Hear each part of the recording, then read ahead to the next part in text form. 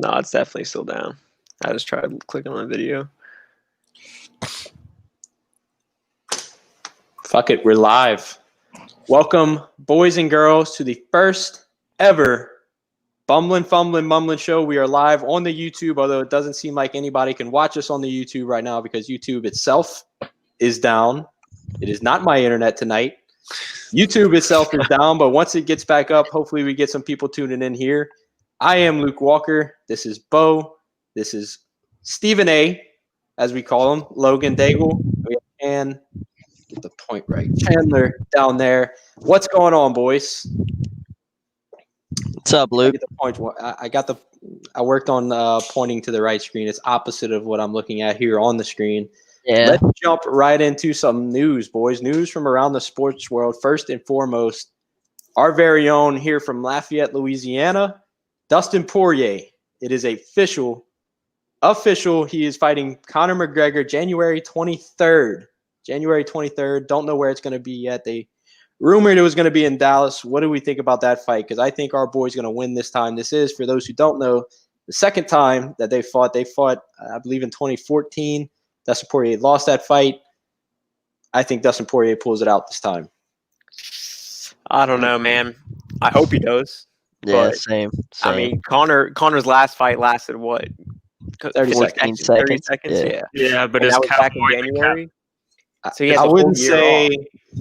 Cowboy's not on the same level. Even though he fights a lot, he is not on the same level as Dustin Poirier. Dustin Poirier is on a streak. Besides his Khabib loss, Dustin Poirier hasn't lost in about five years, and he's been in some wars with some of the hardest hitters on the planet. Yeah, I mean, it's going to be the best fight of the year or next year, maybe. It's going to be a war, but I don't know, man. I would not put money on Dustin. Yeah. I put all of that on Dustin. All of it on Dustin. I think he pulls it out. You must be like Logan, bro, and must not like winning money.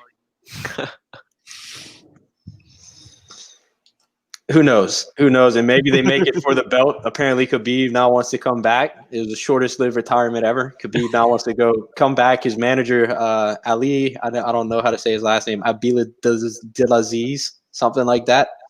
Apparently, he tweeted out 30-0. That's all he tweeted out, but that's obviously referencing Khabib. That's his manager saying he wants to come back, fight one more time.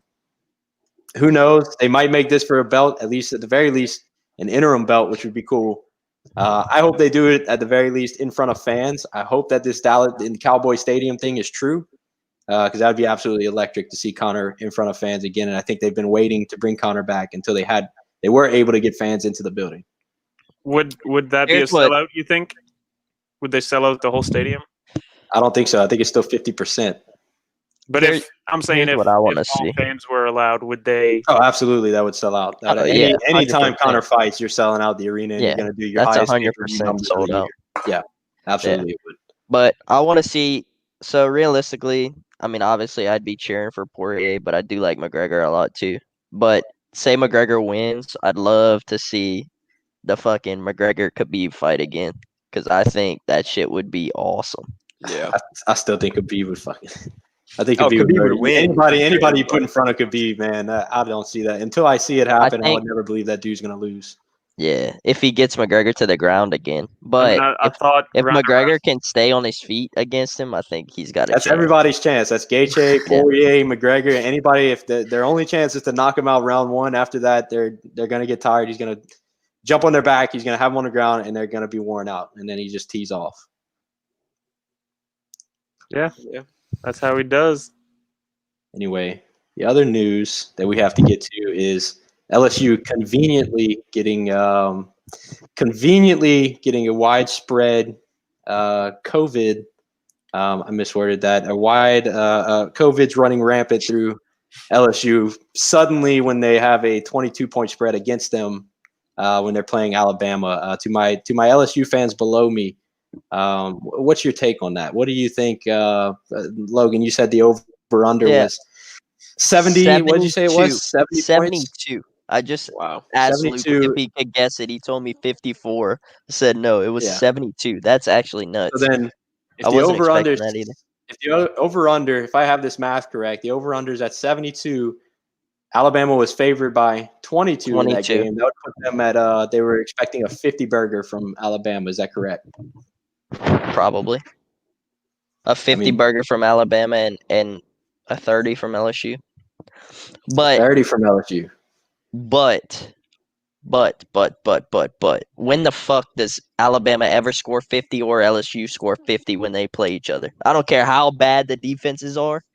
Fucking tempers start flaring in that game, and it's always a freaking.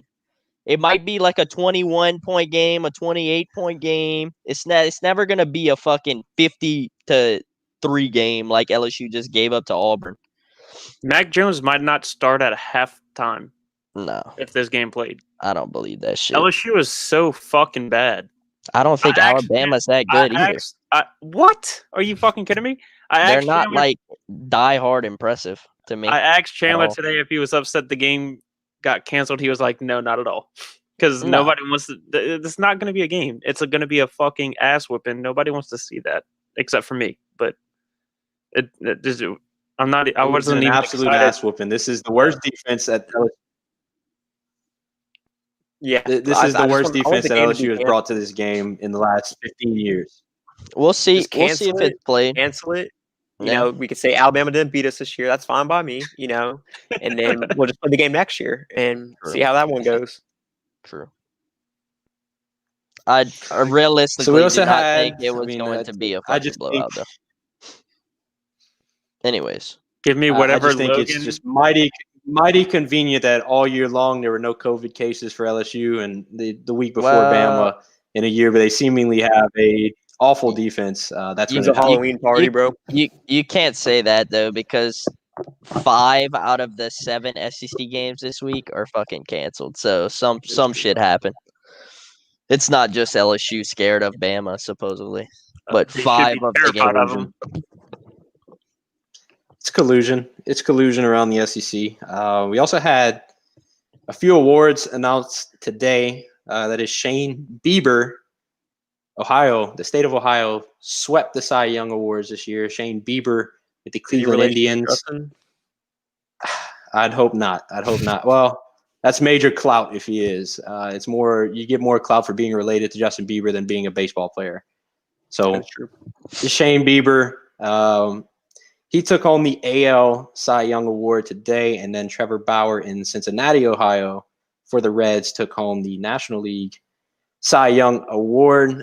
Trevor Bauer is a free agent as of now. He is not on a team. Myself and Beau were texting earlier. We had a little bit of predictions. I believe I predicted Trevor Bauer is going to go to the San Diego Padres on a $100+ million contract, about to secure the bag this year. Not much to say, though, about the Cy Young winners. I mean, Shane Bieber, I believe he had the pitcher's triple crown, ERA, strikeouts, and I don't know what the third leg of that wins. So wins. No surprises there. But where do you think Trevor Bauer ends up this year? Where do I think he ends up, or where do I want him to end up? We both want him on the Astros. I think he's just trolling. James Click, listen to me. Sign this motherfucker.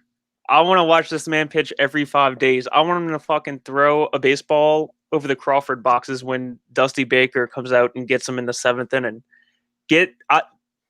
This guy as a baseball player is everything I ever aspired to be. He is a fucking phenomenal pitcher and an absolute blast to watch.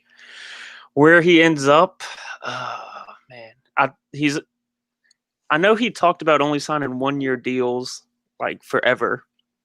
I don't know if that narrative changes for him. When a 5-year, $125 or $150 million deal is thrown his way, I don't think he's going to think, wow, how much can I get just this year? I think he easily takes a 5 or 6 year deal if it comes at him. Yeah, I don't think he's going to go to a non-contender. So, Agreed. Baltimore Orioles fans, sorry, not happening. I mean, I could see the Yankees throwing some dumb money at him just because they're the Yankees.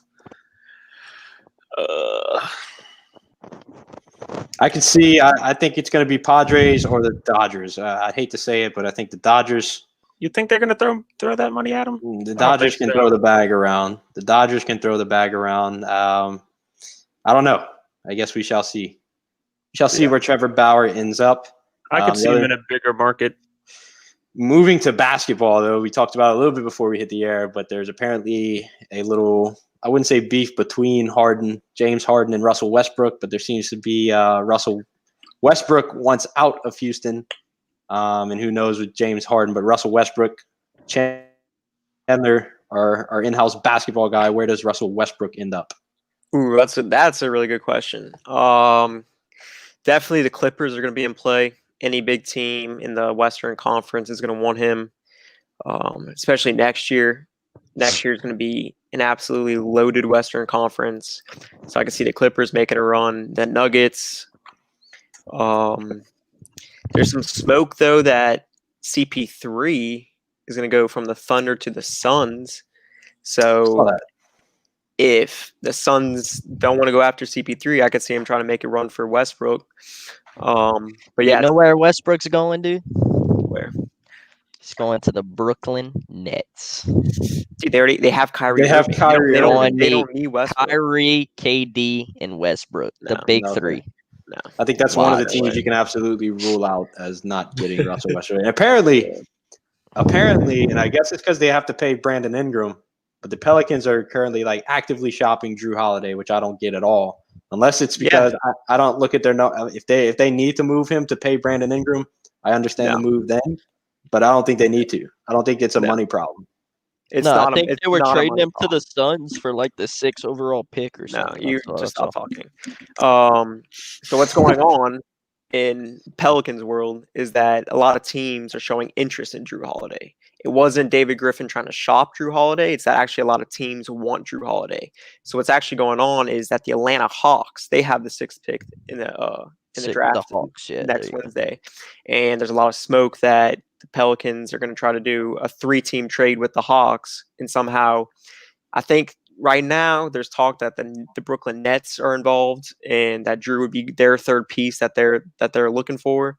So I could definitely see a 3-team trade with the Nets, the Hawks, and the Pelicans where, Drew, because next season Drew's a free agent. So he's on a 1-year deal. He's getting paid $28 million, I think, right now, this next year. So, you got to sell him on spot.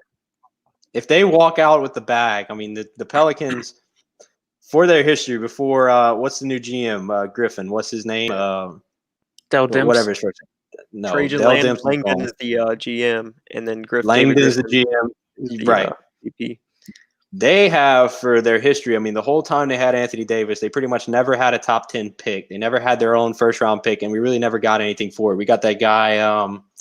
What was that foreign guy that we had? The shooter. He was a forward that we traded one of our first for. I slip on his name, but anyway. Yes, it was Miricic. We traded a 1st for him, I believe. The only 1st-round pick I can remember is having in the Anthony Davis era after Davis left. After Davis got drafted was the pick we took for Nerlens Noel, which eventually got us Drew Holiday on draft night. And we won. We took Buddy Hield. But he played 1 season with us, and then we shipped him. Shipped him off for Boogie Cousins, who we got half a year out of, or a year and a half out of, before tearing his ACL. So it just seemed like we never had a top 10 pick, and we were always a bottom feeder in the NBA. Now we basically have all of the Lakers picks for the next 20 years. We have a lot of the Thunder's picks. So if they get a bag for Drew Holiday right here, I mean, it's possible. Get rid of Drew Holiday, but man, if we get 3 picks out of this and maybe another piece, that's all. I mean, yeah, that's all you need. The Hawks number 6 pick. I mean, these boys are set. These boys are set with draft picks for the whole time Zion's here. So hopefully they can build something there. I don't know. But yeah, maybe secure the bag for Drew. He's only on a 1-year deal. Could be a good move. Could work out really well for him. Circle back to Russ Westbrook real quick. I mean, I'm not the biggest basketball guy, but to me, as I don't even think I can call myself a casual basketball fan, but to me, Russell Westbrook seems like he's going to make whatever team he goes to worse. Like the way he plays, he seems kind of like a jackass. Like it just doesn't seem like he's going to be a guy who can get you far into the playoffs. He's going to be all about himself and kind of just disrupt whatever they already have going. I couldn't disagree more. I think since he's come into the league, he's been on a playoff team, and much less that, I think he's been on like a top 4 seeded playoff team every year he's been in the league. But he's never won anything. He's a walking triple-double. Let's be real here. Yeah, I mean that's what he is. He gets buckets, he gets assists, he grabs rebounds. I mean that's winning basketball right there. I mean he's been on top 4 teams because he's that good of a player. Mhm. A lot of people say like as a teammate they respect him and he's good to get along with. But obviously us outsiders that see the interviews and see how he acts, we think that he's full of himself, which he definitely is. But it's completely different on that basketball floor. I mean, he's the ultimate competitor. He's someone that you do want on your team. You want to be, rooting for him opposed to against him. But, unless he's on the team that you like, it's easy to hate him. He's been to the finals once and lost to LeBron, and then he could have went again with the Rants last year in OKC, but they fucking choked a 3-1 lead against the Warriors. Yeah. So. Yeah, I don't know, but I think Russell Westbrook definitely makes any team that he's on a lot better. Plus, he's one of the most electric guys in the league. I'll be honest, I didn't watch a lick of basketball this past season after COVID hit, but that guy's electric to watch. That's a man that goes hard at the rim. Speaking of his interviews, flashback to say, "What you talking about, man?" I don't know if y'all remember that interview, but anyway, yeah, love that interview from Russell Westbrook. But let's get to why we are really here, and it is football, baby. Let's get to some football, college football. So me and Logan were talking before we got on the air. Me and Logan were talking. And we were talking the playoff picture. As much as we would love to see a BYU or a Cincinnati sneak into the playoffs, it's not likely to happen at all. I think it's out the picture completely. I think it's completely out the picture. It's also completely out the picture. We talked about maybe a Pac-12 team slipping in. There's no chance of that happening. Oregon's ranked 11 and they're undefeated and they only have 4 games left, and then they have the Pac-12 championship. But the remaining schedule for the teams that are currently top 4 right now, the remaining schedule for these teams, Alabama, their game against LSU got postponed. I don't know till when. They might not play that game, but they have Kentucky, Auburn, who's ranked 24. That's it. So out of the top 4 teams, there's only 2 ranked there's only 2 ranked opponents that any of those teams play. So between the 4, there's only 2 ranked opponents that they play. In the regular season, right. They have their conference championship games, which they could change things up. But Alabama, Kentucky, Auburn, Arkansas, that's outside of the LSU game they were supposed to play. Auburn's ranked 24 right now. Notre Dame has by far the easiest schedule left. They have Boston College, who's a good team. Boston College this week. They have North Carolina next week, which they are a good team, then a really bad team week to week. Syracuse and Wake Forest to end the year. I don't see them losing any of those games. Ohio State, they were supposed to play Maryland this week. That game got canceled, so they have number 10 Indiana next week. Number 10 Indiana next week, which is by far the toughest game that any of these 4 teams have to play. If they win that game, they're locked for the playoff, I think. This is Indiana, boys. Yeah. Indiana, they go on to play Illinois, F-word. Michigan State, and Michigan. Bo's going to label every single team that we have a fraud. Every single team in the NFL is already a fraud. Now we're working into the college game. We're going to start getting 126 teams frauds. And then lastly, Clemson, they're on a bye this week, but they have Florida State, Pittsburgh, and Virginia Tech. They all have easy paths to their conference championship, and if they just take care of business there, they win. I mean, Clemson and Notre Dame are going to play again, right? Winner in the ACC championship. Winner that gets in, I think even the loser of that stays in. Only scenario I see Cincinnati or BYU getting in is if they go undefeated and if Notre Dame beats Clemson in the ACC championship and if Alabama beats Florida in the SEC championship, they'll sneak in. Yeah. But the scenario I want to see fucking happen is I want Ohio Every State team in front of LSU loses and LSU somehow gets up to number 4. LSU is done. I want to see Ohio State go undefeated.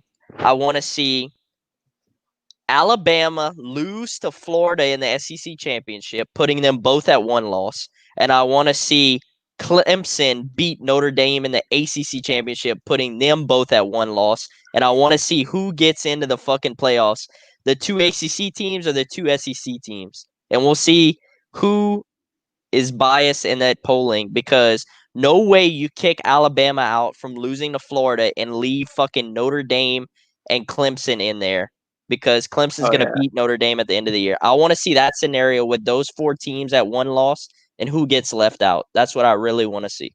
So Florida, if Florida just takes care of business, they have Arkansas, Vanderbilt, Kentucky, Tennessee, LSU. If they just take care of business, I can see them losing maybe to Kentucky, Tennessee, or LSU. Maybe one of those games. It'd be a big upset, but I could see them maybe losing one of those games. So they have a cakewalk. You're forgetting a looking at team, Mr. Daigle. Who? Texas A&M isn't going to lose another game, and their only loss will be to Alabama. So Texas Yeah, A&M, they won't be in the SEC championship. I Texas think it'll be A&M. Bama and it'll be out of Bama and Florida. There's So- no way they'll maybe let Florida sneak in, but they're not letting A&M sneak in without playing that game. There's no way. Well, and A&M still has to play Auburn too. So A&M has Auburn. That's a game I can see them losing. Granted, their only loss this year is to Alabama, but they haven't played. A&M has LSU. A&M beat Florida too. Dude, they're not losing to LSU. I hate to tell you, LSU is going to finish with a losing record this year. They're not losing to LSU.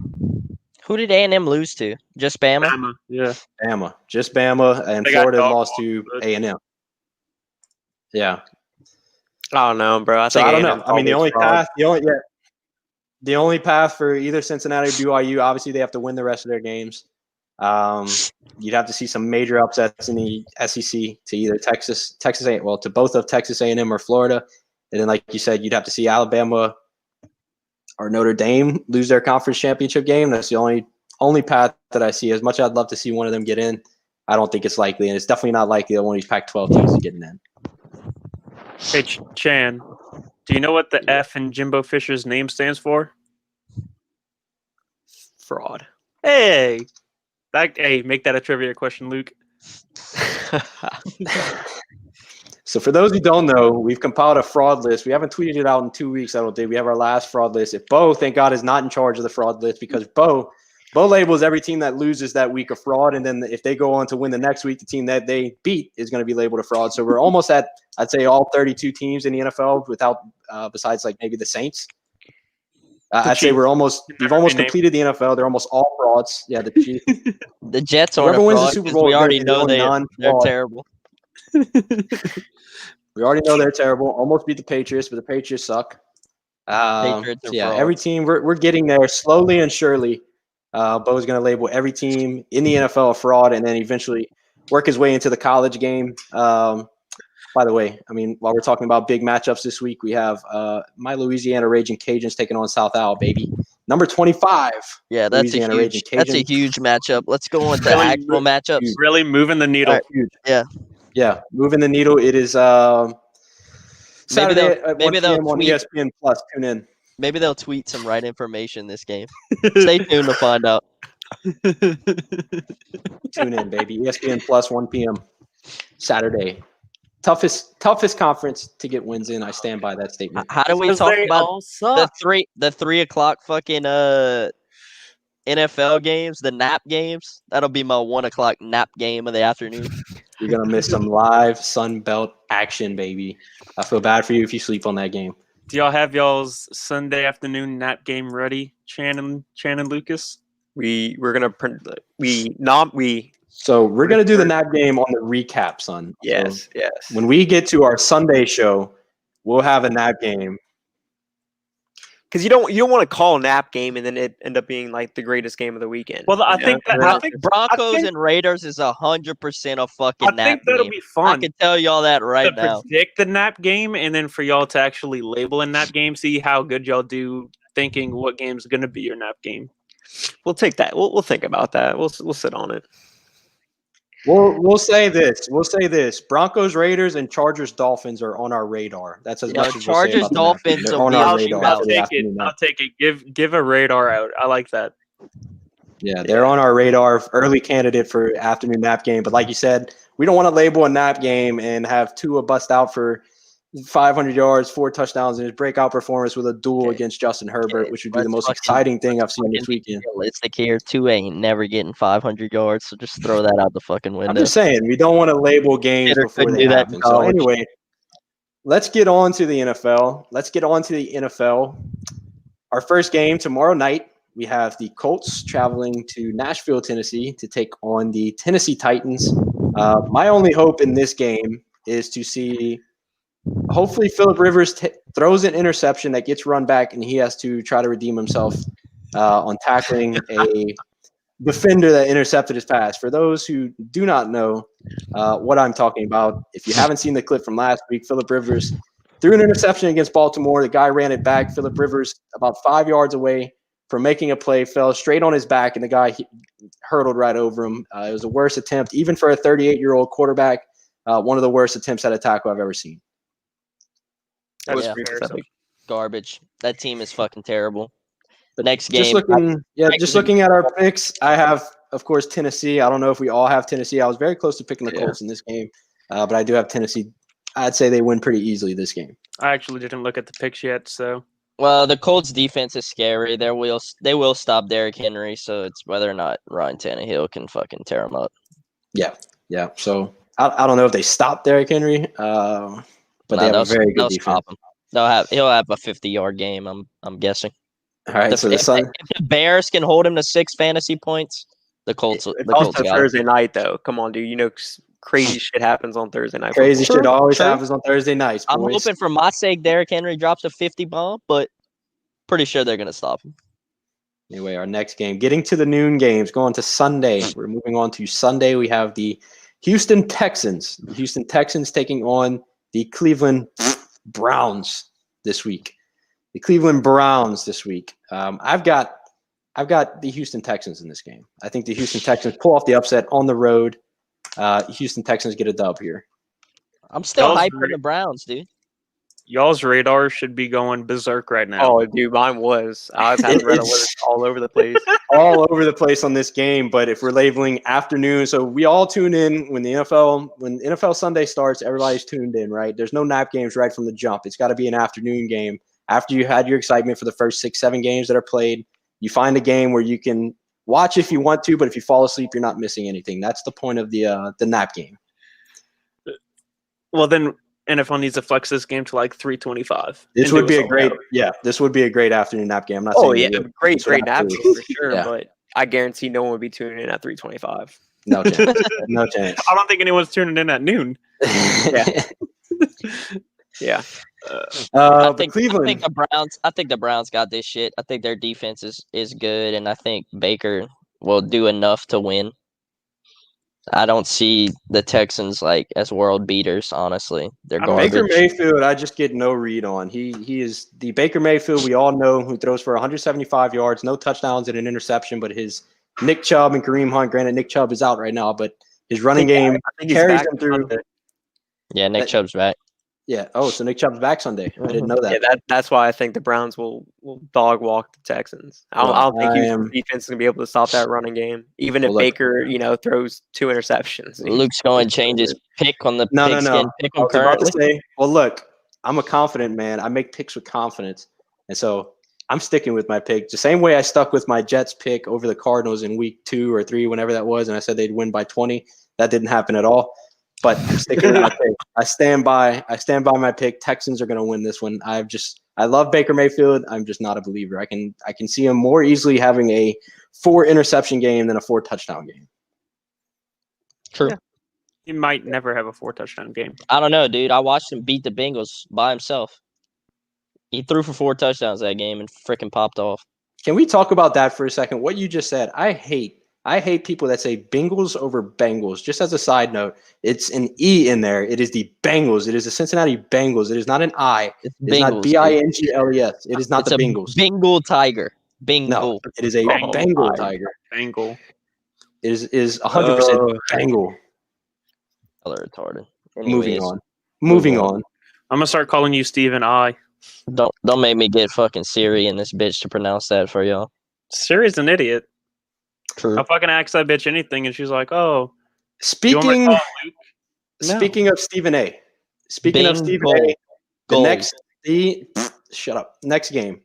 The next game is Stephen A. Logan Daigle's Washington football team, who is going to win the division, taking on the Detroit Lions in Detroit. Washington, Alex Smith is going to be starting this game. Turns out he is still Alex Smith. And cannot win. What did they used to call this guy? A game manager quarterback? A game manager quarterback. They come in here, he would just do what he has to do. He doesn't even do that anymore. He doesn't do that anymore. I think his leg is still affected him. Kyle Allen just went out with a similar injury. And then I haven't heard a peep about Dwayne Haskins since they benched him. So they've completely given up on Dwayne Haskins, their first-round pick from a year ago. I see the Lions dog-walking Washington in this one. And that's why you're wrong. I'm with Stephen A., the Washington football team. This is Alex Smith's second week back. Let's go. Logan said Give that him man 2 2 weeks. As long as fuck J.D. McKissick doesn't Yeah, cause 2 exactly. interceptions, our Washington football team is finna to eat, baby. Let's get it. But I just want I don't want to understand. eat dubs, baby. I don't get the Alex Smith hype, dude. I don't get it Alex either. Smith was a Pro What, Bowler 2 for years? like fucking He 6 hasn't played in years. 2 years. And he A hasn't Pro played- Bowler. A Pro Bowler what, in 2012? In He has half a 2012? knee. Okay, Half let's a go knee. look at Not a Alex full Smith's knee, career. a half a knee. Logan, Half a you knee, missed I the don't give last a shit. 2 Did you miss the last like 2 years that he's been out with a fucking gruesome leg injury The that last almost got 2 infected years? that How almost about made when him he was- retire? How about when he was on the Chiefs and dropping dimes every fucking year? Logan, that was like 10 years ago. This is not the That same. was Alex in Smith. 2017, 3 This is years not the ago. same. He threw Logan, for 4,400 yards in 2017 on the Chiefs. The dude That's did not fine. just That's Do you cool. That's mysteriously great. fucking Are become a you- dipshit happy and not know how for to him. throw a football. Logan, that was 3 years ago, and he now plays for the Washington football team. Logan, this is not the Kansas City Chiefs. This is the Washington football team that Dude, he the plays Chiefs for. didn't have any of the weapons they have currently on that team. How? My I head's don't hurting right now. Tyreek. Logan. What? How can you compare Alex Smith today with Alex Smith of 3 years ago? Those You are haven't seen Alex Smith in a polar whole year opposites. until last week. You Dude, can't. that's what I said. Give this man 2 weeks. I've been telling y'all this since he This fucking dude needs 2 came years. out. No, This dude. dude needs another 2 years. dude to get finally back to is- decent. Okay, this week is his first week of getting first team reps in practice with all of these receivers. It don't It's matter. legit his first time receiving reps with them. Let him get a little bit of chemistry with these wide receivers, and the dude is not a dipshit. He is a Pro Bowl quarterback. It's not like we're Former throwing Pro Bowl Baker quarterback. Mayfield out here who's never made the fucking Pro Bowl. It's not like we're throwing him after an ACL surgery. We're throwing Alex Smith, a It's more than dude who ACL was surgery. the- Last year, had a to get his dude leg who almost was amputated. elite in the league. The guy was He actually literally almost had to fucking good. retire. He The almost dude had to was retire. really good at football. It's not like he was bad. Yeah, dude, I agree. You keep saying the He the was very word good. Was, all past tense words. You're correct. He was. Dude, today, tomorrow, 4 months from now, he's never going to be like his old self. Y'all Look, I'll watch. tell you this. Okay, if Give me- Alex Smith drops 300 yards this weekend and 2 TDs, y'all have to eat y'all's fucking words on this podcast You know on what, Monday. Logan? Two It's funny. TDs?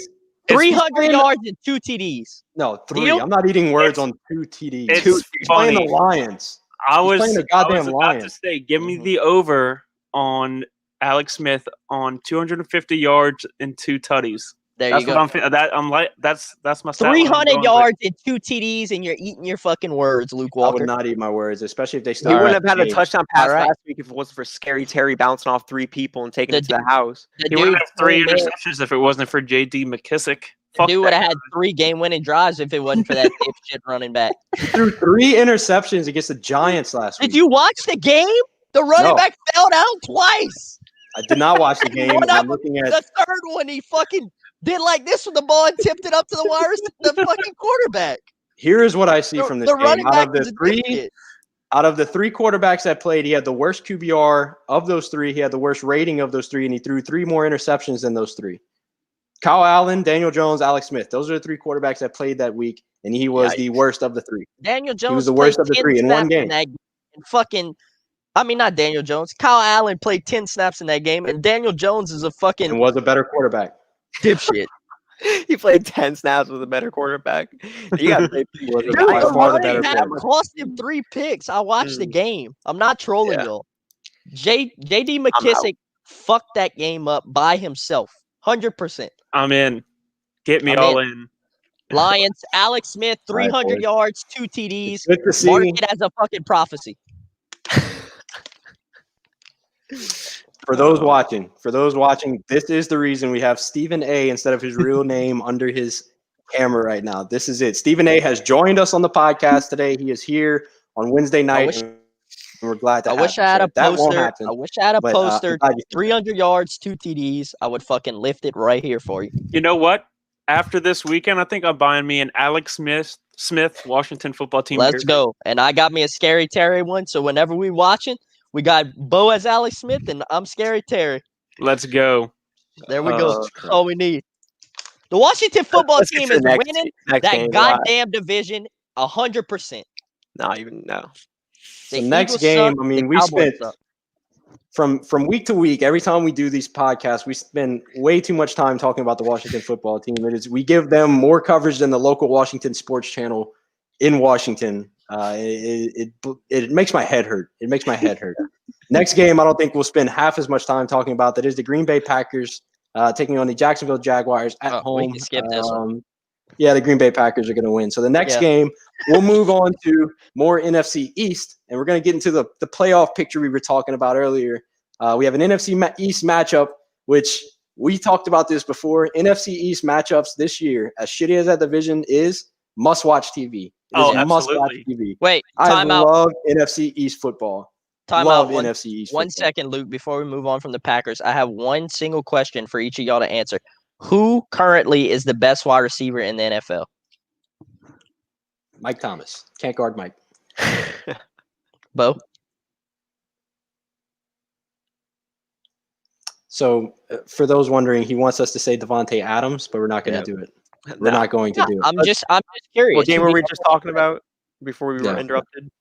Yeah. So we moved on to another NFC East matchup. We have the New York Giants taking on the Philadelphia Eagles at home.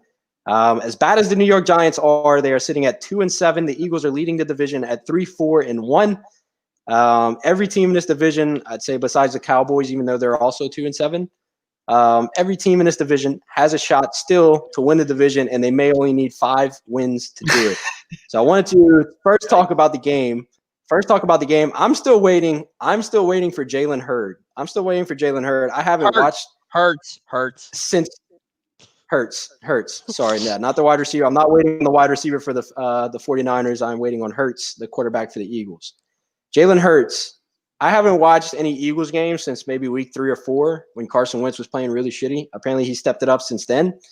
But I still think it's Jalen Hurts' time. If he struggles at all against the Giants this week, it may be Jalen Hurts' time. And you know he's gotten in here and there to throw a pass or two and in some special packages on offense, but I think we might see Jalen Hurts this week.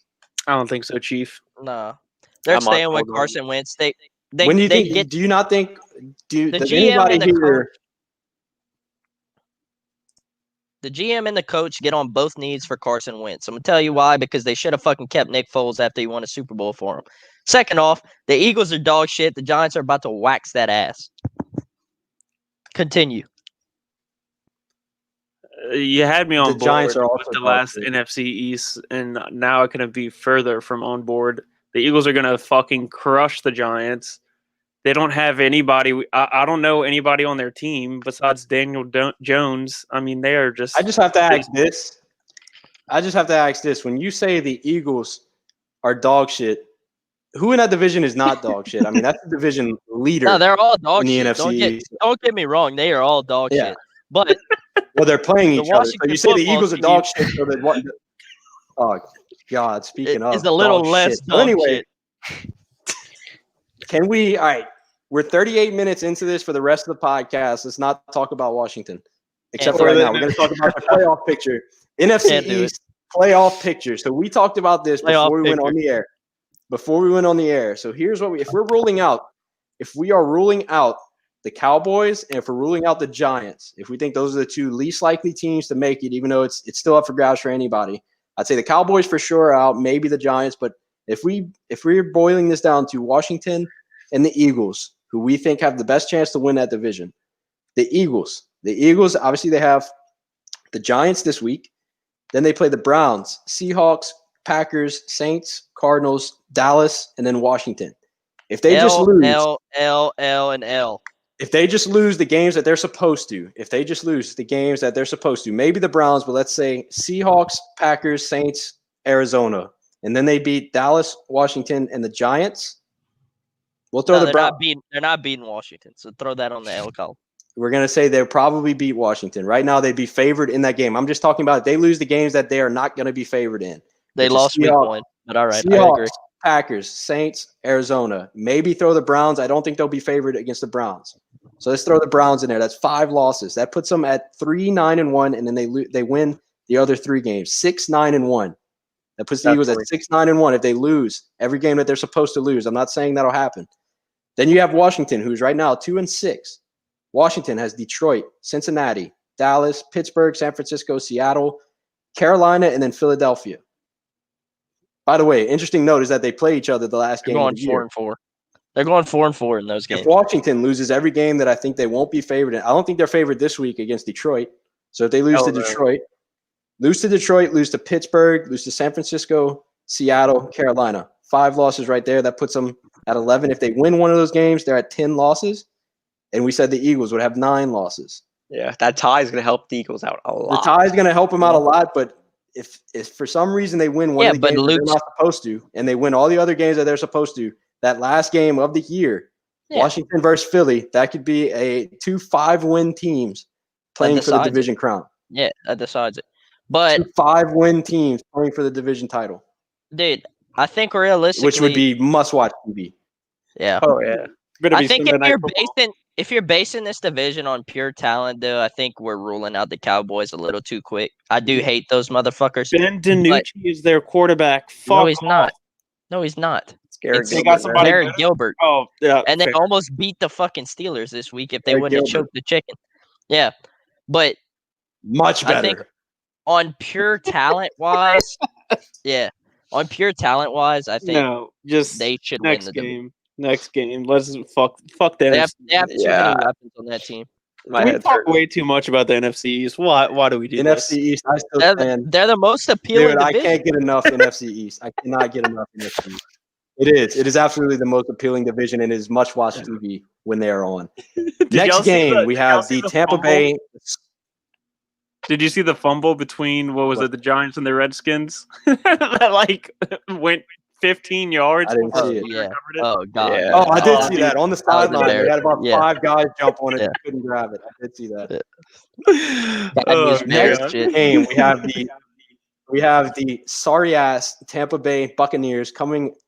Their ass is still fresh with a whipping from the Saints, taking on NFC South rival the Carolina Panthers. In Carolina, Tampa Bay favored by 5.5 points this game. I do actually think Tampa Bay pulls this out. I do think Tom Brady, by the way, first time he's ever been swept.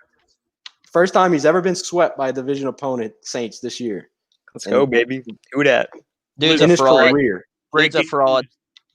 Breaking news. Drew Brees is now the all-time leader in passing touchdowns. All-time leader, headline.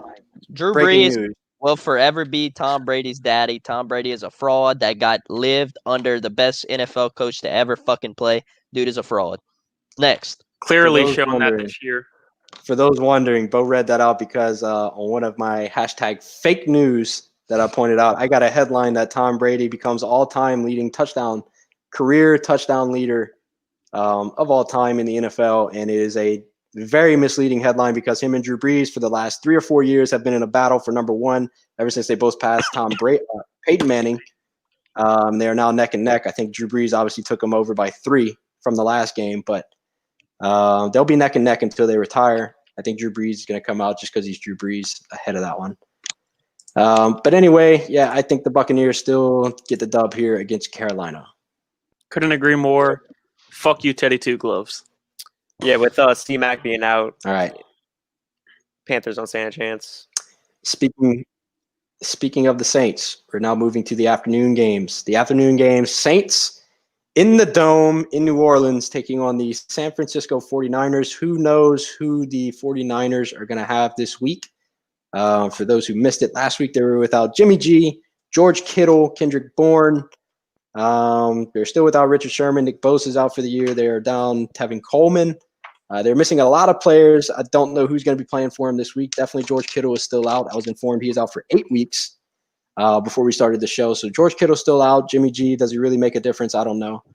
Give me the Saints negative. I think the Saints easy dub for the Saints here. The 49ers would lose to the Jets.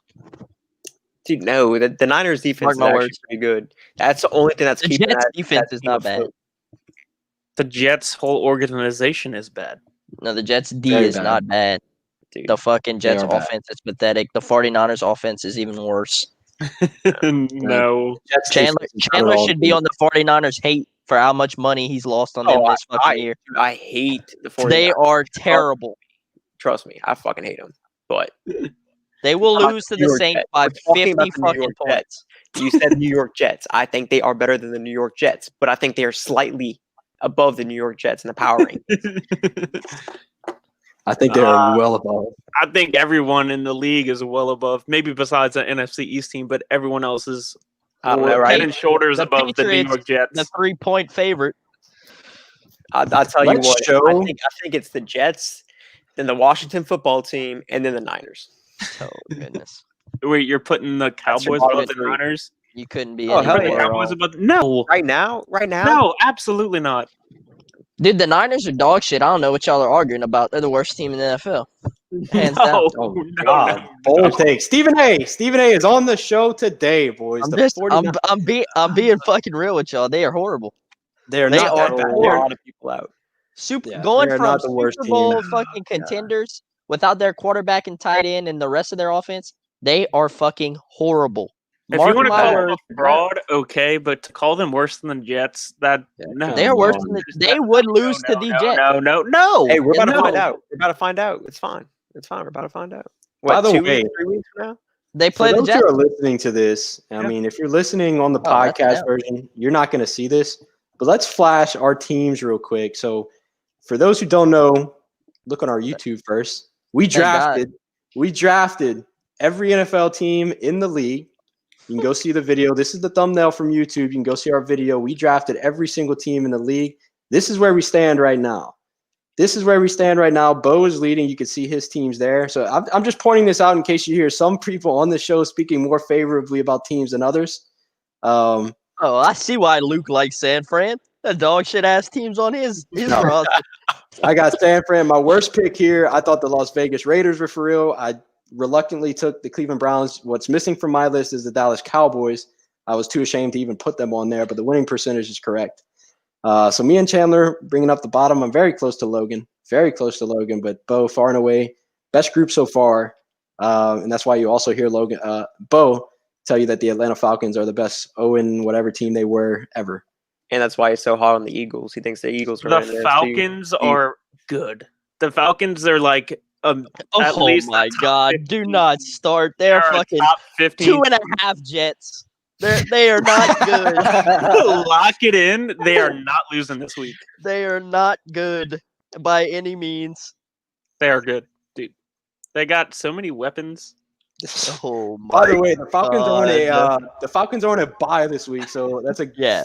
a fair bet to say they're Mark not it going up. They're not losing this week. Let's get to another afternoon game. So we all think that this is on our radar for one of the afternoon nap games. That is the Denver Broncos traveling to Las Vegas to take on the Las Vegas Raiders. Las Vegas favored by 5 in that game. This will be the most boring game of Sunday. Mark my words. Dude, 2 running offenses, both of which suck. I don't want to be that guy, but I love This- me some Drew Lock, and I love the Raiders. So I'm gonna watch my this. God. I'm This is gonna watch this painful. game, but at the same time, it is on my radar for nap game. This game could turn very boring very quickly, and I might Dude. tune it out. This will be a Melvin Gordon and Phillip Lindsay 40 carry game and a Josh Jacobs 35 carry game. And Josh. nobody's How breaking 100 fucking- yards. Boring of football do you want to watch? Love Drew Lock, and I love. He will throw the ball Raiders. 10 times in this game. Drew Lock had 33 fantasy points last week, so don't sleep. Did they By the win? way, No, they are. Yeah, they took a L. To who?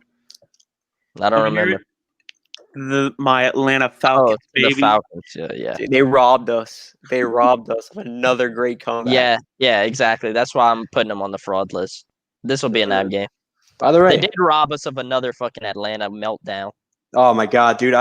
We'll get to it. But let's talk about the Falcons right now, man. Because I said this on one of our shows before. My brain is so programmed to think anytime I see a team, even close in the fourth quarter, if it's a 2-possession game in the fourth quarter, I automatically think that the Falcons are going to lose the game. It happened a couple weeks ago against the Lions, where the field goal. The Young-Ho Koo, the Falcons kicker, missed an extra point to keep That the was game against with the one Panthers. possession. That was against, They actually lost to the Lions. but this was against the Lions. This was against No, the the Lions. Lions is when Todd Gurley fell in the end zone. Yeah, it was against the Panthers. Young-Ho Koo missed the extra point. Yeah. To keep it within one possession. Anyway. Yeah. Not beside the point that I think they're going to lose every game that they're in. The Falcons, in this game, this past week, they played the Denver Broncos. They were up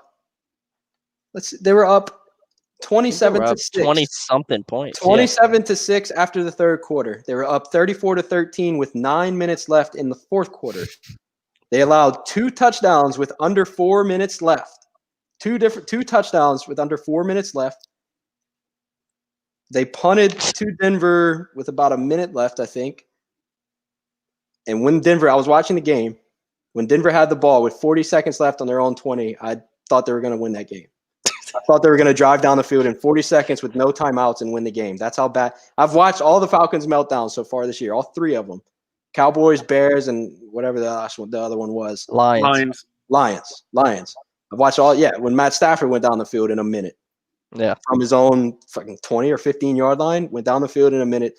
So I've watched all 3 of those, and I automatically think every game that I'm watching the Falcons in the fourth quarter, I think they're going to win. Noah texted me. I looked at this game. It was 34 to 13. Noah all of a sudden texted me, "It's Luke, tune in." And I knew what he was talking about. I thought the game was over. I knew what he was talking about. I instantly turned on the end of the Falcons game, and saw that the Broncos are making a comeback. It is amazing to watch. It's must-see TV. Every time, yeah. The Falcons are the only team that is more interesting than the NFC East. Let's be real.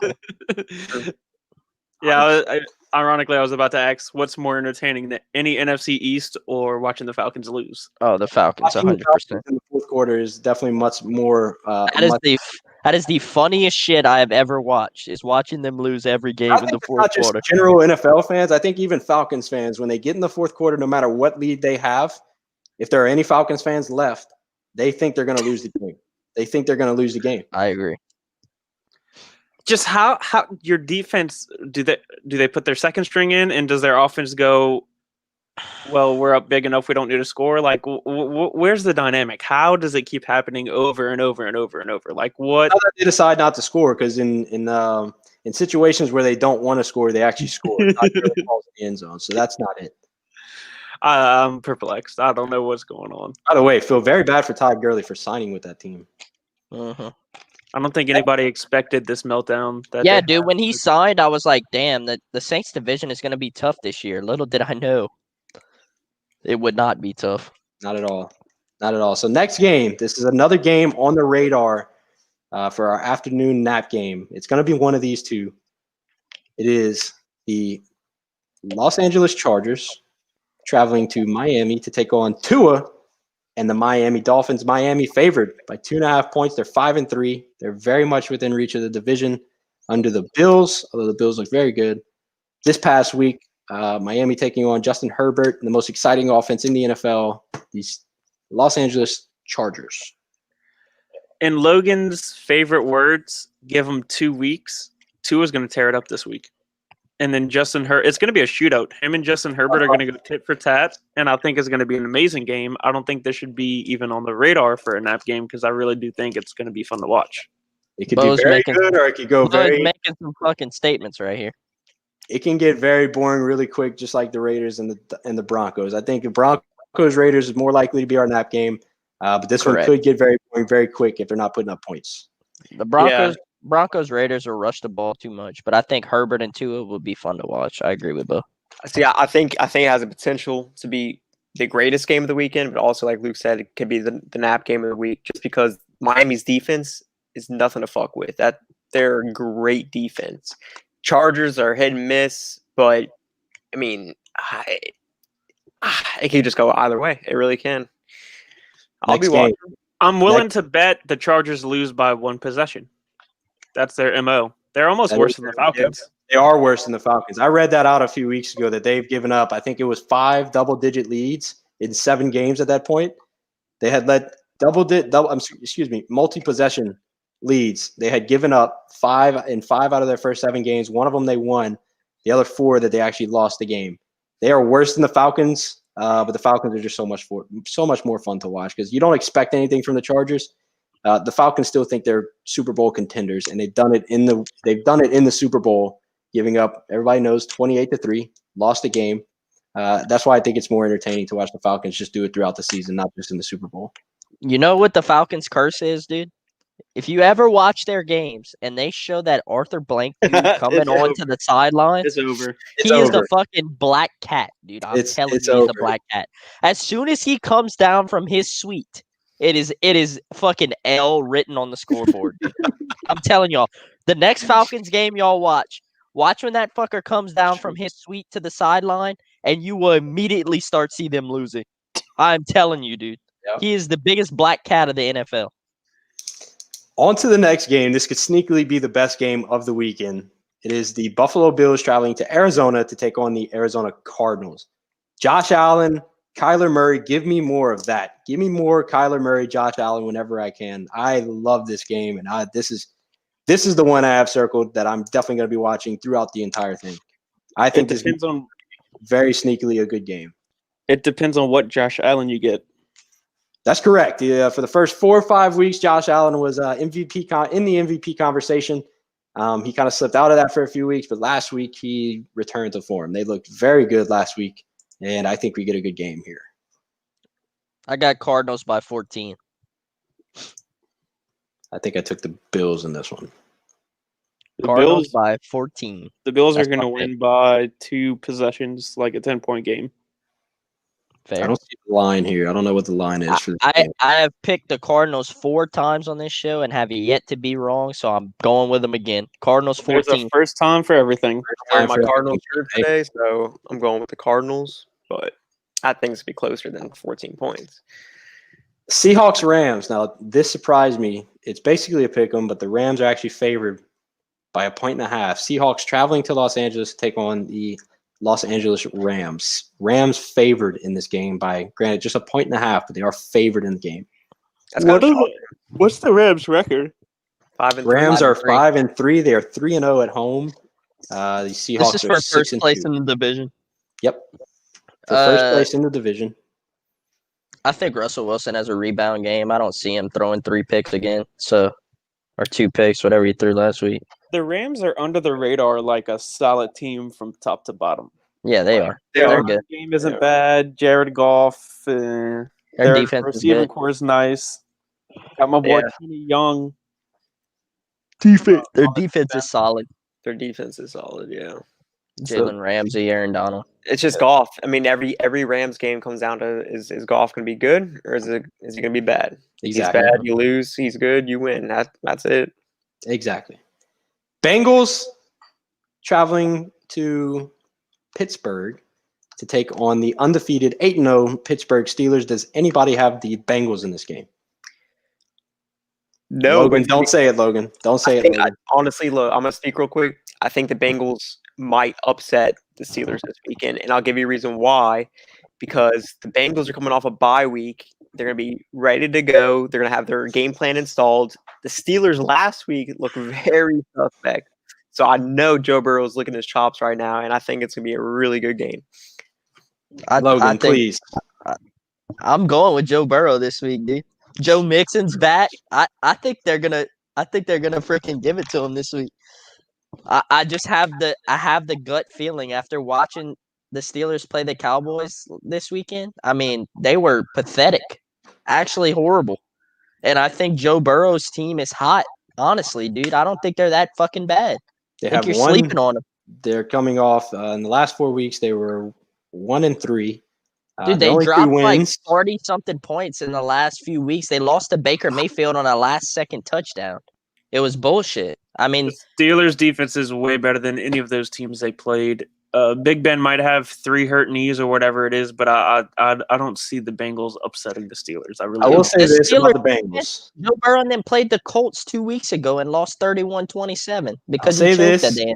I'll say this about the Bengals.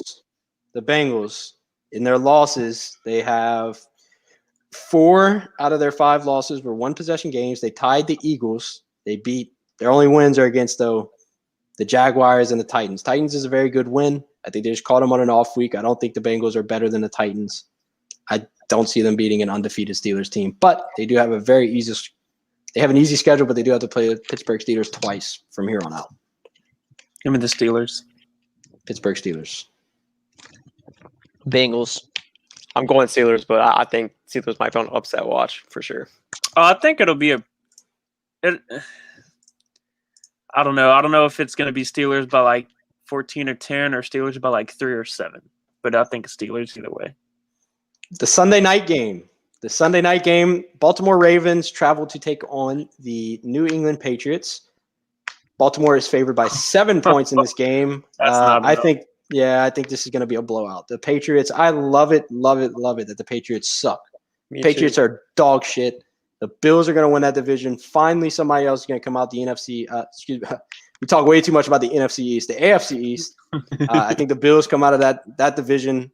Patriots aren't even in front of the Dolphins, which just looks funny when you look at those standings.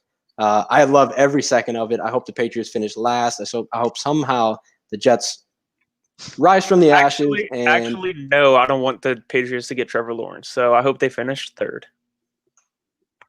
Oh, well, it's going to be hard to beat. The NFC East team is still going to get. I mean, if the Jets do this, the NFC East is going to get Trevor Lawrence some kind of way. The Jets are not going to win more than 1 or 2 games this year. They haven't fired Adam Gase because they don't want to. If the Washington football team doesn't win the division, I hope we go into tank mode and draft Trevor Lawrence. What do you mean you're going to be in the division race all the way into the last week? I know, which they already sucks. Have 3 more wins than the Jets will get all year. Yeah, but the Jets aren't going for fucking. They're high on Sam Darnold, dude. I hate that you use the term "we" to describe. That's my squad, dude. Gotta go with them. The Saints and the football team, dude. That's my we's. Yeah, we as Saints and the Falcons for me, which I don't know how that one can turn out. But how can you be a Falcons fan? Who that? I only got one team, and it's the New Orleans Saints, baby. I don't have the Washington football team. Jeez. Chandler's agreeing as he's wearing an Arizona. There's not even Cardinals. Washington football team fans in Washington. I'll always take the Saints over the Cardinals. So there's I'm not taking even the Saints over anybody, but. Logan, there's one more fan of the Washington football team in New Orleans right now than there is in Washington. They have none. They have no fans besides Logan. No PFT. The other night, when they make the playoffs, they'll have some fans. Oh my God, Stephen A. We're gonna rename the show to First Take, bro. We're gonna rename the show just for Logan. Just over the course of this show, we have Alex Smith. The Washington football team is going to win a division. Alex Smith's going to throw for 302 TDs, win the Heisman, win the MVP this year in the NFL. Logan, I don't know what Washington Bengals are going to beat the undefeated Steelers team. I don't know what Washington football team you've been watching, but it's not the same one that everybody else is watching. Dude, they're not bad. They're just Alex Smith. They are very bad. Alex Smith, dude, he's going to pop off this week. Let's go. 2 weeks in. He's 300 yards, 2 TDs. I'll give him 250. I don't know about 300, but the 300. 200 I like. Terry with a 180 bomb, 12 receptions and a 180 bomb this week. The night game, Monday night game. Vikings travel to Chicago to take on the Bears. Minnesota, 3-5, taking on the 5-4 Chicago Bears. Minnesota favored by 2.5 points, thanks in large part to Dalvin Cook being anywhere on the field. The Vikings are going to get fucking smashed. The Bears defense is going to cook on Dalvin Cook. I saw a stat somewhere that Kirk Cousins, if it's not a 1 p.m. Sunday game, that he's like fucking abysmal. Every night game, Sunday night, Monday night, I've seen Kirk Cousins play. He's been god awful. I like the Bears big in this one. It's a bold take. Actually, kind of convincing me over here. I don't know about Bears big because they can't score, but Bears look dominant and win by like 4. The only reason I'm taking the Vikings is because I think they have a better chance of scoring than the Bears do. The Bears' offense is terrible. Terrible, man. They are horrible. They awful. are the 32nd ranked team in rushing this year. I looked at a stat, and they average like under 30 yards a game in rushing. Yeah, man. You look at their stat line every week. It's horrible. David Montgomery. He has like 10 carries for 25, like 30 20 yards. Yeah, every single week. Their offense. I don't know how I've lucked into watching Their probably 4 or 5 defense is parts of good. 4 I'll or give 5. Beau that. I've watched parts of 4 or 5 Bears games probably this year, and their offense is one of the worst things I've ever seen on a football field. Yeah. It is god awful. It is worse than whatever Pee Wee football team's playing down the road. It is very bad for it to be, and that's another coach that was brought in as a quote unquote offensive mastermind, offensive genius, and he has been nowhere near that since he got there. Got to turn it into super drive. I'm taking the Vikings. Yeah, same. Yeah. Dalvin Cook's just too good. I don't care how good of a defense you have. Some are going to break out for him. Yeah. Kirk Cousins going to throw 2 picks. One of them pick 6 to Eddie Speaking Jackson. of picks, speaking of picks, that is the last game. Speaking of picks, let's get into our picks. Beau, we're going to start with you. Who are your 3 locks and 3 dogs for this week? All right, so I'm sure all of y'all are going to be on the same bandwagon, but my first lock is going to be the Green Bay Packers against the Jacksonville Jaguars. I mean, do I need to say any more than that? Can we just rule that as a lock for all 4? Correct. Yeah, so everyone name 2. Another lock that I have that I like is the Saints over the 49ers. The 49ers are dog shit. And my last lock is my favorite fraudulent football team that can't win a big game but will dog walk every single opponent inferior to them would be the Baltimore Ravens. They're going to beat the Patriots by pick a number, and I'm rolling with it. And so 3 dogs. For our viewers out there, mainly so I know how to pick my teams, what's your dog definition, Luke? Give us 2 underdogs. 3 dogs is too much. Give us 2 underdogs. That'd be a team that is not favored in the game they're playing with. That is typically what underdog means for those who don't watch any sports at all. So my first underdog that I like, the Better say 'em. Washington football Let's team. go. I'm liking that for sure. And let's see what else we got. Jacksonville Jaguars. Flip on your pick. Flip on the lock. No, that's already a lock. I mean, the Seahawks, they're apparently that's got to be a lock for everyone. I'm gonna lock that one in. I'm not taking that one. Chandler. Let's do. All right. I guess we're gonna do 2 dogs and 2 locks of the 2 week. dogs and 2 locks. Let's do 2 dogs, 2 locks. Everybody has the Jaguars. Let's rule that one out or the Packers over the Jaguars. Let's rule I that don't one think out. anybody has the Jaguars over the Packers. No. That's not going to be a lock. No, sir. That's a stretch for an underdog. So my locks this week, obviously, I'm stealing one of Beau's. The Saints, lock that in. That's easy money. And then also like the Buccaneers, due to the fact that Tom Brady's probably going to be pissed the fuck off, come back, probably throw for 250, 3 touchdowns. Panthers are missing Christian McCaffrey. So enough said on that. And then my underdogs of the week, going with the Cincinnati Bengals. I said this earlier. They are on the Steelers are on upset alert because I think the Bengals might pull this one off. And then an easy one is the Chargers over the Dolphins. I still think Dolphins might win it, but Chargers will look like a solid underdog in that one. Logan. 2 dogs and 2 locks. Give me for my locks. I'm taking the Baltimore Ravens as one of them. I thought something else was about to come out your mouth. I'm about to slap you. I thought the same thing, Luke. And for my second lock, because I can't declare them as a lock because they're not the favorite, I would take the football team. But my second lock is going to be, I'm going to leave the Saints out of it because I do not want to jinx them, and you 2 motherfuckers picking them is kind of pissing me off. So the Baltimore Ravens is my first lock, and the Tennessee Titans is my second lock. Only because I do not want to jinx the Saints. But my My two underdogs this week, obviously the Washington football team. They're about to wax that ass by 14. And then we're taking the frickin' Cincinnati Bengals along with Chandler. I got them as my upset of the week. They get it done this week. All right, so enough of all that nonsense. Now, my two locks of the week, just out of spite, I'm taking the Detroit Lions as a lock this week over the Washington football team, just out of spite. Are out of your box. Detroit Lions are an absolute lock this week. The Redskins are the worst team in the league. The Jets would beat those fuckers. Give me the Detroit Lions over the Washington football team. Lock it in. You won't lose any money. Chandler said it best. Whatever money that you're betting on the Redskins, give him whatever drugs that you're on. He wants it. Chandler said it best. My other lock, you fuckers are idiots. The Pittsburgh Steelers is the most obvious lock of the year. 8-0, take you on Joe Burrow and the Bengals at home. The Ravens are going to dog walk the Patriots. Pittsburgh over Cincinnati. Easy. By the way, it's supposed to be raining in that game. Easy lock. My two underdogs this week. Jacksonville. No, I'm just kidding. I ain't taking the Jacksonville Jaguars.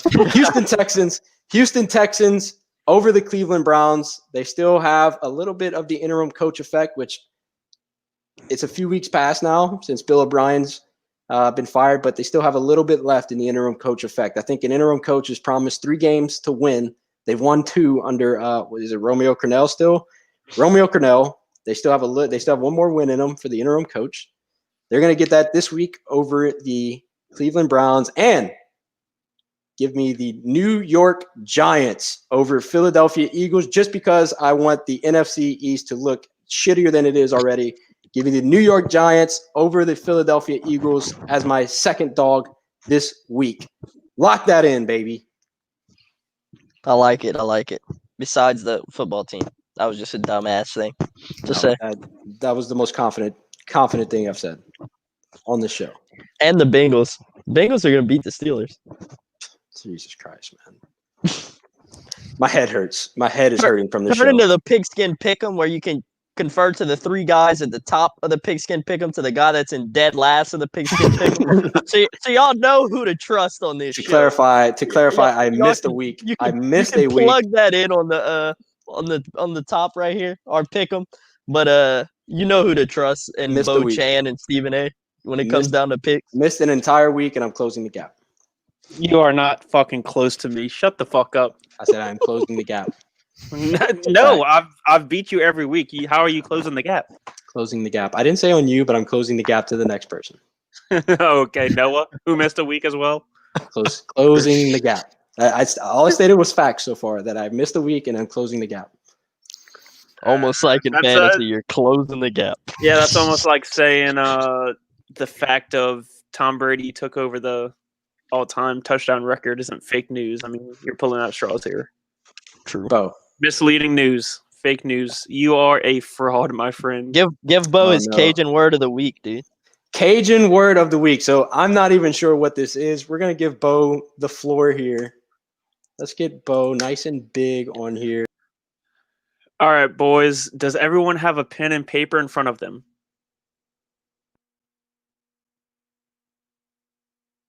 Hello. Can you hear us?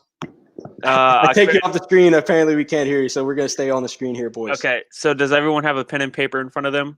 No, and I'm not getting one. I have one. Go ahead with it, sir. We can type in chat, though. Okay, yeah. I like that. So my Cajun word of the week. So for this first one, it is New Orleans based. Some of our hometowns here.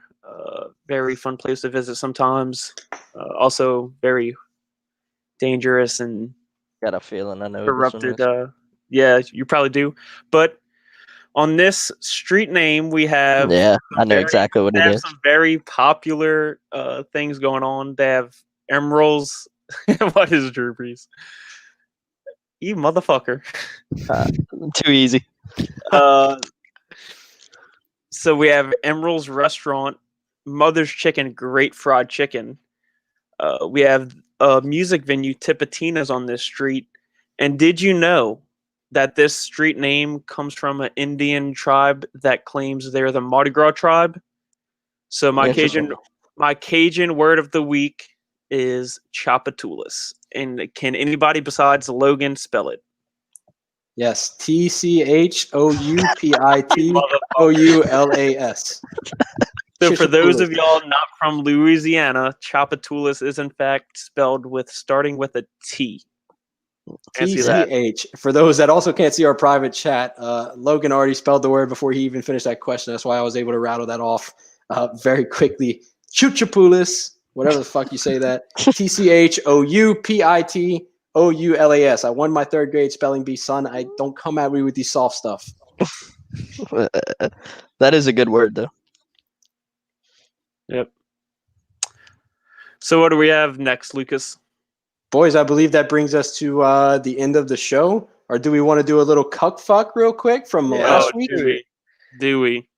Cuck fuck of the week. The viewers' and listeners' favorite segment on the show. Cuck fuck of the week. Now, we're going to flash back. I know we just did a preview for this week. We're going to flash it back to last week. And I'm going to kick things off here because I let you boys go first with your dumb locks and your dumb underdogs. I'm going to go first here with my cuck fuck of the week. My cuck fuck of the week is the Virginia Tech Hokies. The Virginia Tech Hokies played the Liberty. I don't even know what Liberty's mascot is. They played Liberty this past week. Dude. The Flames. The Liberty Flames, who are ranked. They were ranked 25th at the time of the game. The Liberty Flames had a field goal to win the game. I believe it was a tie ball game. It was to win the game at the end of the game. The Virginia Tech Hokies called a timeout to ice the kicker at the end of the game, but the ball was snapped and the kick was kicked. Virginia Tech blocked said kick, took it back to the house, which would have won them the game as time expired, but they called a timeout right before the game ended, went to overtime. No. He drilled the kick. He drilled the kick. It didn't go to overtime. I thought it went to overtime. No. They just won. Either way, cuck fuck of the week, whoever the fuck the coach is for the Virginia Tech Hokies, he is it. Or whoever the fuck called the timeout, he is it. Tried to ice the kicker, iced themselves, then he drilled the kick. Did not go to OT, won the game. Doesn't change anything. Cuck fuck of the week. I have an alpha. This week. Save it. An alpha this week. Do I save it for after? Okay, let's do some cuck fucks. Let's do Beau, cuck fuck of the week. So before our show got delayed multiple times, my cuck fuck of the week was J.D. McKissick. However, due to some transgressions recently, I have a new cuck fuck of the week. Said cuck fuck claimed to have assembled the best fantasy team ever, had undefeated aspirations. He claimed I was forever in tank mode and my team was, in fact, dog shit. Well, I beat Luke in fantasy and I'm ahead of him in the division. Luke is currently under 500 with his best team in the league. True story. For our podcast, we were going to have a live show on Monday, but Luke's internet decided to take a shit because he decides that he wants to use a router that I used my sophomore year of college, which was like 6 years ago, and he's somehow still using that router.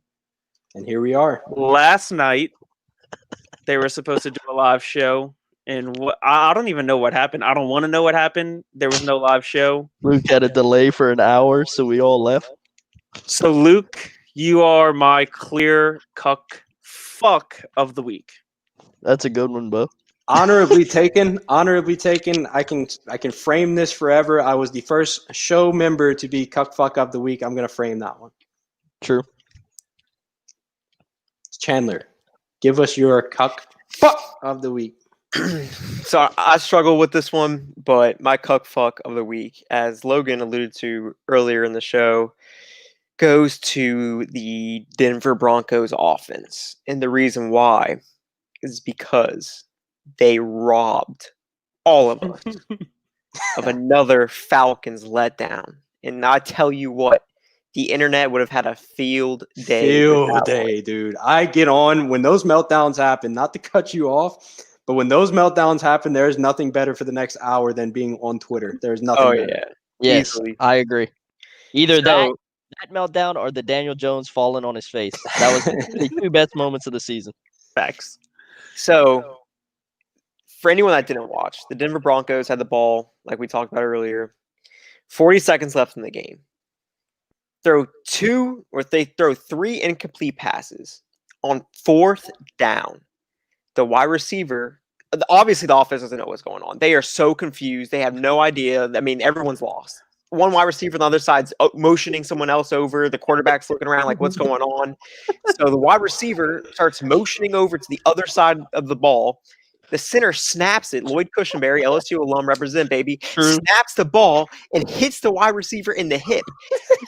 The wide receiver kicks the ball. No one knows where the ball's at. They fall on it. Game's over. Falcons win. Terrible. Denver Broncos, you are my fuck of the week. You need to leave my Falcons alone. No. My Falcons are good. No. They're 2-0 in their last. The wide receiver in motion. By the way, the best ever. That shit was funny. I would like to point out, even though I am happily taking my fuck of the week bestowed upon me, we did run a trivia show on Monday night, and it ran absolutely fine on my internet in the same session. Logan, fuck of the week. What? That's so random. But I'm glad Beau changed his fuck of the week because mine is hands down going to J.D. McKissick. That dude is a dipshit and needs to be fired from the team immediately. He cost 3 turnovers on my fucking quarterback in the 3 game winning drives. We had 3 chances to go win that game, and we fucked them all up with picks. So Alex Smith and J.D. McKissick, both of them get fucks of the week because J.D. McKissick falls down twice. Alex Smith throws it straight to the linebacker. And then the time that he stays on his feet, he decides to hit the ball straight up in the air to the fucking safety. So you're giving Alex Smith. I'm giving him a dual cuck fuck to the quarterback and the running back of the Washington football team. You think he's gonna go for 300 yards? What a great way to end this off. The whole show he spent talking up the Washington football team and Alex Smith specifically, and then he just gave Alex Smith cuck fuck. I gotta give credit where credit's due, and I gotta abuse them when they act like total dipshits. So they acted like dipshits this weekend. Next week, we're on a fire. We're coming back strong, and we're beating the Lions. We're heading into the next week. Get me 250 and 2 touchdowns. I'm on board with you. 300 and 2 touchdowns, and we win by 14. And who was my other 14 points? The Cardinals over somebody. Anyways. Cardinals over the Bills. Buffalo Bills. Oh, yeah, 14 points. Moving on to Alpha of the Week. Alpha of the Week, I've got a banger of an Alpha of the Week.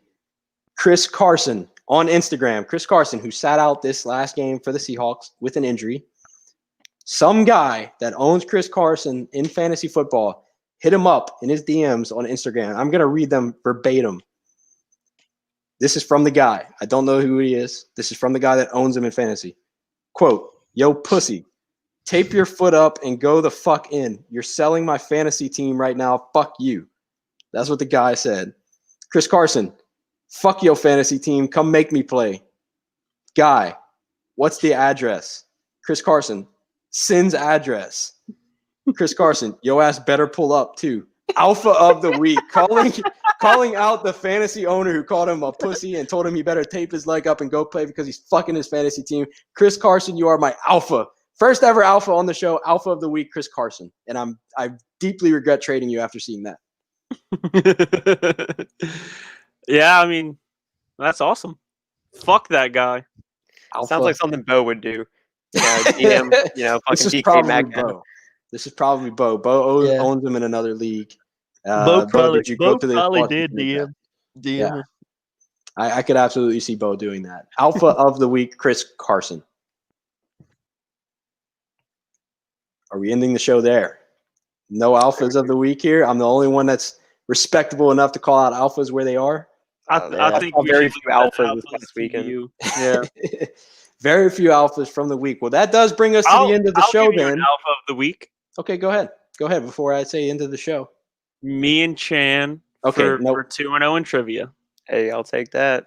Okay. I mentally alphaed Logan and Noah. I'll give him that one. That is fact. Speaking of I'll which, also give Beau Evans a second alpha of the week for beating the absolute fucking dog shit out of you in fantasy this week. Whatever. Anyway, speaking of which, speaking of trivia, if you're listening to this right now, hit us up on either Instagram or Twitter. DM us or tweet at us that you'd like to be on the show. We will have one of you on the show because Noah and Logan are clearly not enough competition for Chandler and Beau.